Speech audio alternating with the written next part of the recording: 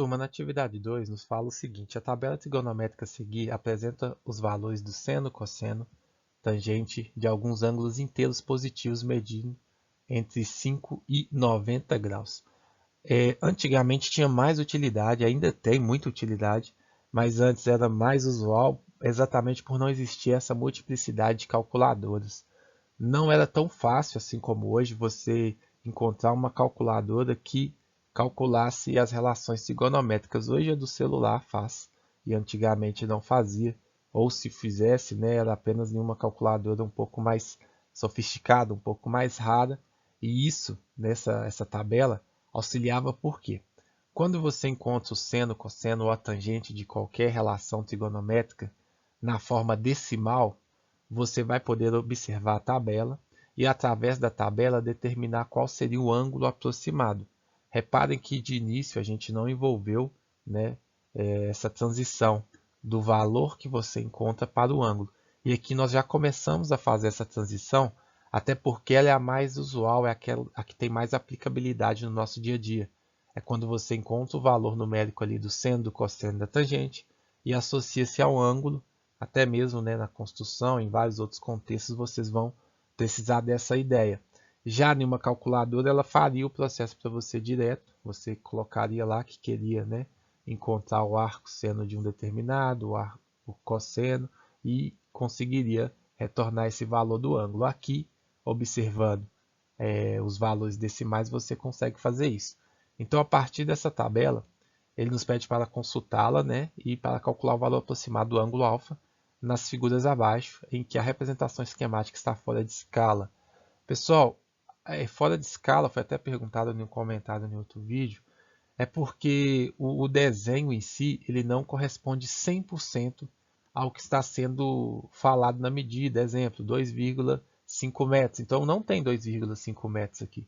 Por isso que se fala que está fora de escala. Aqui não tem 3 metros.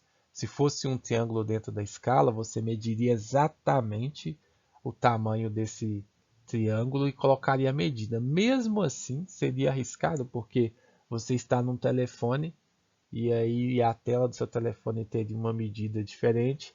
Ele estaria dentro da escala porque seria proporcional, mas a medida em si ela não seria fiel. Por isso é comum colocar sempre o fora de escala, beleza?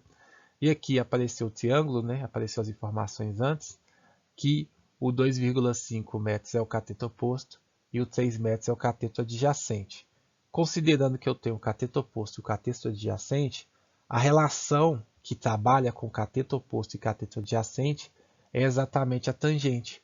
Então eu posso considerar que a tangente de alfa é a medida do cateto oposto sobre a medida do cateto adjacente.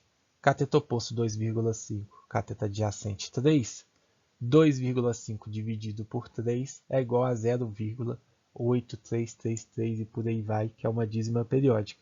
Se eu observar na nossa tabela, essa coluna é de tangente, essa também coluna é de tangente.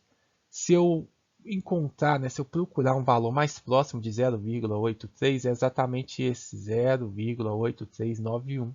É o que mais se aproxima. Como ele é o que mais se aproxima, nós vamos utilizar ele e ele se refere ao ângulo de 40 graus.